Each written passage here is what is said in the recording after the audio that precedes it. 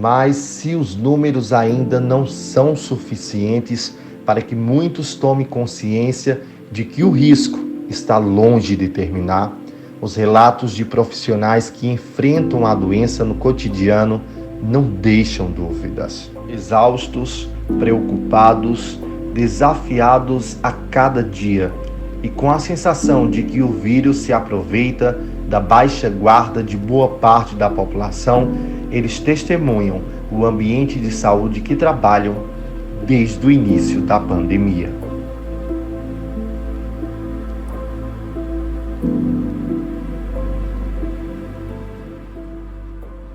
Nós estamos na residência de Wilke Alves. Ele é enfermeiro há 13 anos e estudante de medicina.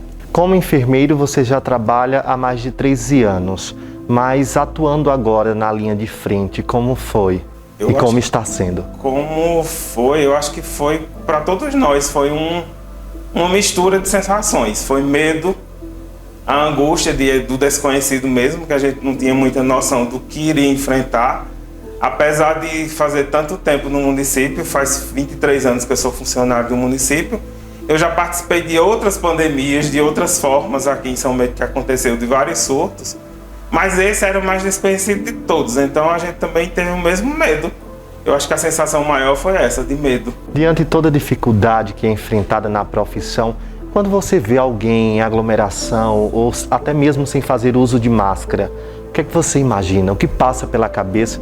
E o que você diria para essas pessoas?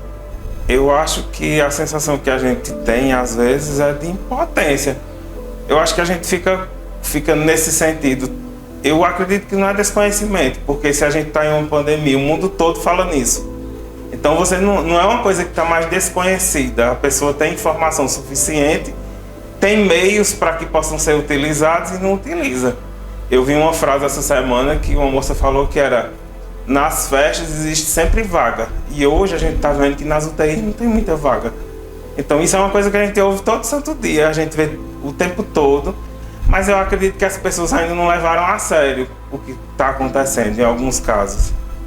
Wilke, nessa luta diária do enfrentamento à Covid-19, qual foi o momento mais difícil? Eu acho que nessas 3 últimas semanas que a gente vem enfrentando, e a gente sentiu que a coisa de fato tinha piorado nessas últimas 3 semanas. E eu vou citar um caso que aconteceu sexta-feira passada. Eu deixei um paciente, eu digo eu como um todo, nós como equipe, deixamos um paciente que eu tinha feito um vídeo, já tinha enviado para as famílias, tinham recebido notícia dele, aparentemente a gente achava que ele estava bem, e à noite eu quando cheguei em casa, cheguei quase 8 horas e de repente eu vi que ele tinha falecido. Então, para a gente que está à frente, que você acredita que aquele paciente está evoluindo, é o que a gente imaginava, e de repente, tudo que você viu não era aquilo que você imaginava. E até que ponto isso, até que ponto você está certo, até que ponto o tratamento estava sendo adequado, se foi falha humana, se foi nossa, se a gente deixou de dar aquela atenção que era necessária. Então, ficam as perguntas. E pra gente, quando acontece isso, é um momento muito difícil de ver de uma forma tão presente no nosso meio, coisa que a gente imaginava que não chegava a esse ponto. Então, eu acho que nessas 3 últimas semanas, eu acho que não só eu, mas nossa equipe tem visto isso de uma forma muito mais agressiva, muito mais comum, e a gente não queria que isso acontecesse, mas infelizmente é o que a gente está vendo. Hoje, aproximadamente 100 pessoas no estado de Pernambuco aguardam por uma vaga em um leito de UTI. Como é também associar isso? Também, agora há pouco, a gente teve alguns casos que estavam em lista de espera, e as pessoas às vezes desconhecem esse processo, que é essa famosa lista de espera, e que sai tantas vagas na UTI que não existem. Então, você coloca o paciente na lista de espera, e a gente já teve desses pacientes da semana passada passarem 2 dias e meio para poder sair uma vaga. E fora isso, as vagas são distantes do nosso município, muitas vezes, com mais difícil ainda o acesso, e as pessoas não imaginam que isso acontece. Então a gente sabe que está super lotado, aconteceu conosco, porque a gente viu que a coisa está real, porque também aumentou muito a demanda de pacientes, e a gente vê isso com tristeza, porque querendo ou não, a nossa intenção vai ser sempre a mesma, que o paciente saia curado, é o que a gente quer. Apesar do que a gente lê e vê muito dos pós-Covid, que tantas sequelas que existem, e a gente ainda não tem essa noção do tanto que vai ser dessas sequelas. Por que eu digo isso? A gente viu que quando a gente teve um processo feito da chikungunya, de outras endemias que aconteceram e que de fato ficaram algumas sequelas, o que é que o Covid vai deixar? O que é que o Covid vai trazer para a gente entender quais são essas sequelas? E eu acredito que só o tempo vai poder dizer isso. Então, o que a gente puder minimizar agora, para que essa sequela de fato não aconteça, eu acredito que essa é uma das maiores funções também vai ser essa, além da cura. É para que a gente deixe essa pessoa, mínimo possível que essas sequelas aconteçam, para que ela possa retornar à sua vida normal. Paciente que, mesmo que seja acometido pelo vírus e tenha a necessidade de ir para um leito de UTI, ele é obrigado a aguardar na lista de espera, porque realmente não se tem leitos suficientes para todas as pessoas e por isso a preocupação de respeitar todas as normas. E muitas famílias perderam um ente querido, né? E o que você diria para quem está em casa nos acompanhando, para se conscientizar ainda mais que é necessário e importante? Eu acho que a gente, nesse momento que está acontecendo tudo isso, e a gente tinha aquela esperança que o ano de 2021 a coisa ia ser muito diferente, eu acho que a gente agora vai ter que repensar no todo, no que a gente faz como ação, no que a gente faz como sociedade, no que a gente faz como São Bentense mesmo. Eu quero que a gente veja o nosso, o que é que eu estou fazendo. Porque, como eu disse, falta de informação eu acredito que hoje não tem. Você tem mídia, você tem informação de todo lugar. Se você quiser ler, se você quer visualizar de uma forma ou de outra, você está informado.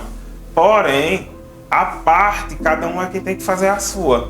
Se a gente não conseguir ver esse outro lado de eu fazer, eu não estou dizendo porque eu acredito que pessoas precisam trabalhar como a gente trabalha, pessoas precisam estudar, mas a gente agora tem que repensar a forma e como é que eu estou fazendo a minha parte. Eu acho que é isso que a gente tem que pensar. Porque não adianta só falar. Do que a gente fala, mas aí o que tem de ação? O que é que tem de realidade nisso tudo? Então, para a gente que está do outro lado da saúde, então, é como eu disse, eu não acredito mais no que informar. A informação existe. Eu acredito que a gente precisa agora repensar no seu ato de ação mesmo. O que é que eu estou fazendo para impedir, para que esse vírus prolifere, para que não passe para outra pessoa? Então, o que é que eu estou fazendo? Então, é uma questão muito comum, é de consciência de cada pessoa. É muito ser humano, é muito difícil nesse sentido. No que você faz, no que você acredita. Então, eu acho que a gente tem que pensar numa forma de que as pessoas entendam o seu papel nesse momento. Nós estamos aqui com a Rosivânia, técnica de enfermagem, e está trabalhando na linha de frente do Covid. Vânia, eu gostaria de saber como era a sua vida antes dessa pandemia, como era a sua rotina? Minha rotina de trabalho, para a gente iniciar, eu vinha para o meu trabalho sem precisar sufocar o meu rosto com máscara, não tendo que me conter a chegar mais próximo a um paciente. Eu não tinha medo.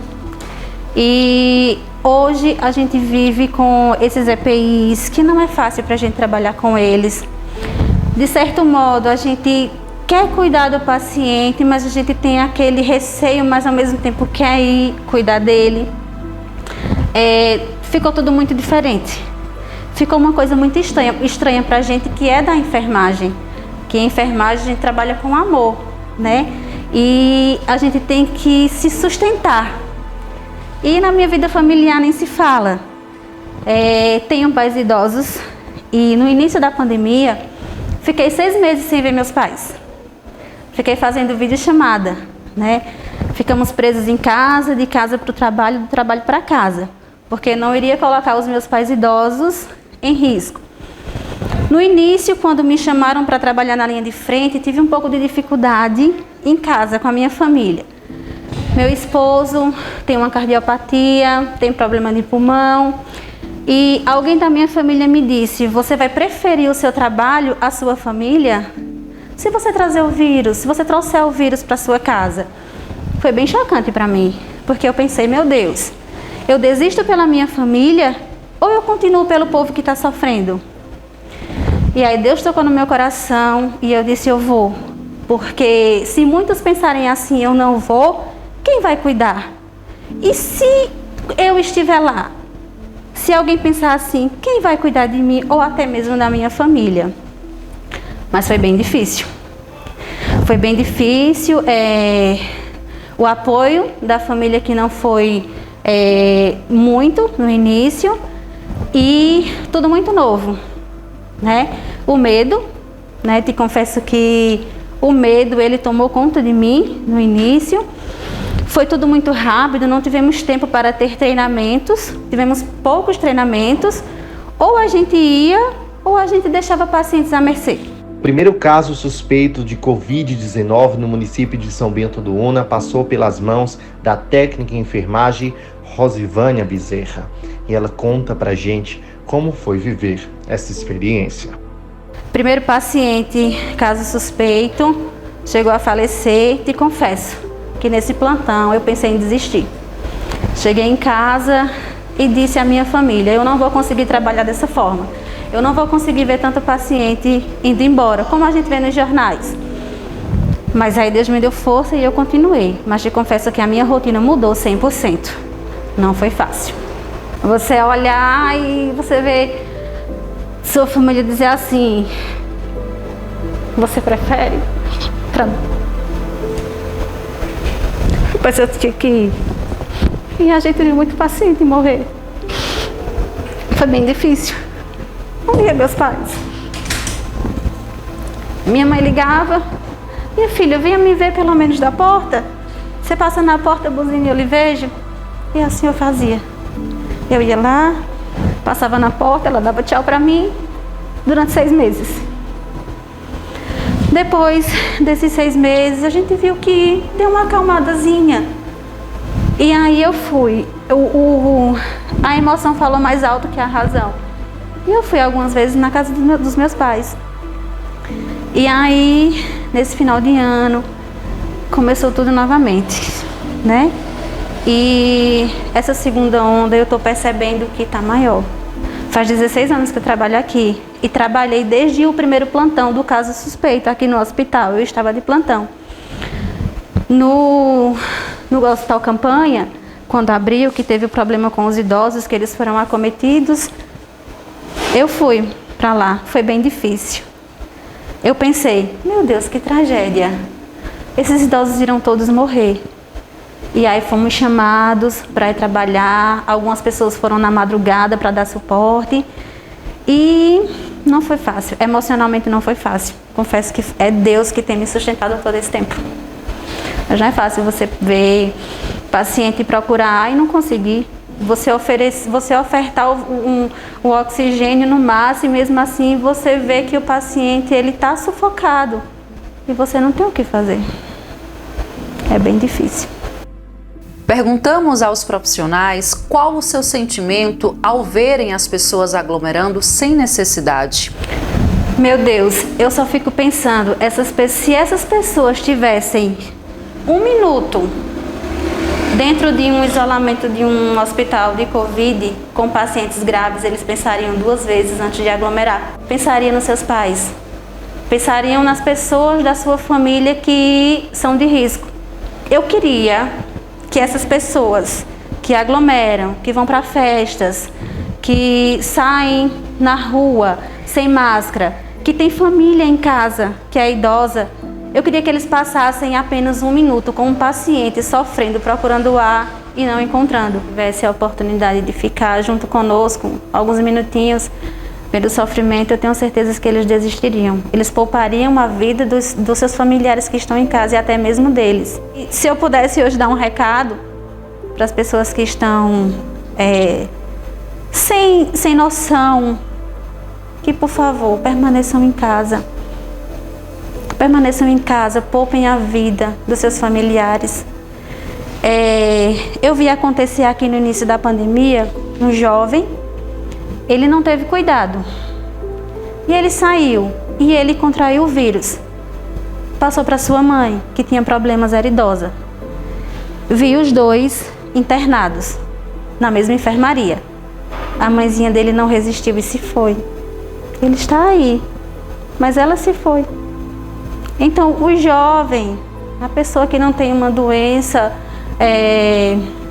não tem uma comorbidade, mas ele leva para o seu familiar e ele vai embora. E eu que fui responsável, que não pensei, eu vou ficar. Mas o meu familiar que eu amo vai embora. O meu desejo hoje, para eu te dizer, era que essa doença acabasse. Não vou te dizer, porque isso nós sabemos que está nos planos de Deus. Mas o meu desejo hoje era que todas as pessoas se conscientizassem. Ao sair de casa, só se fosse necessário, usasse sua máscarazinha, chegasse em casa, higienizasse suas mãos. Esse era o meu desejo para hoje. Não era dizer, quero que a pandemia acabe. Claro, nós queremos. Mas é um pouco fora da realidade, porque isso não depende de nós. Mas nós podemos fazer com que diminua. Simples. O simples uso dessa máscara, não aglomerando, higienizando as mãos, é suficiente para que tanta gente não morra, para que tanta gente não sofra.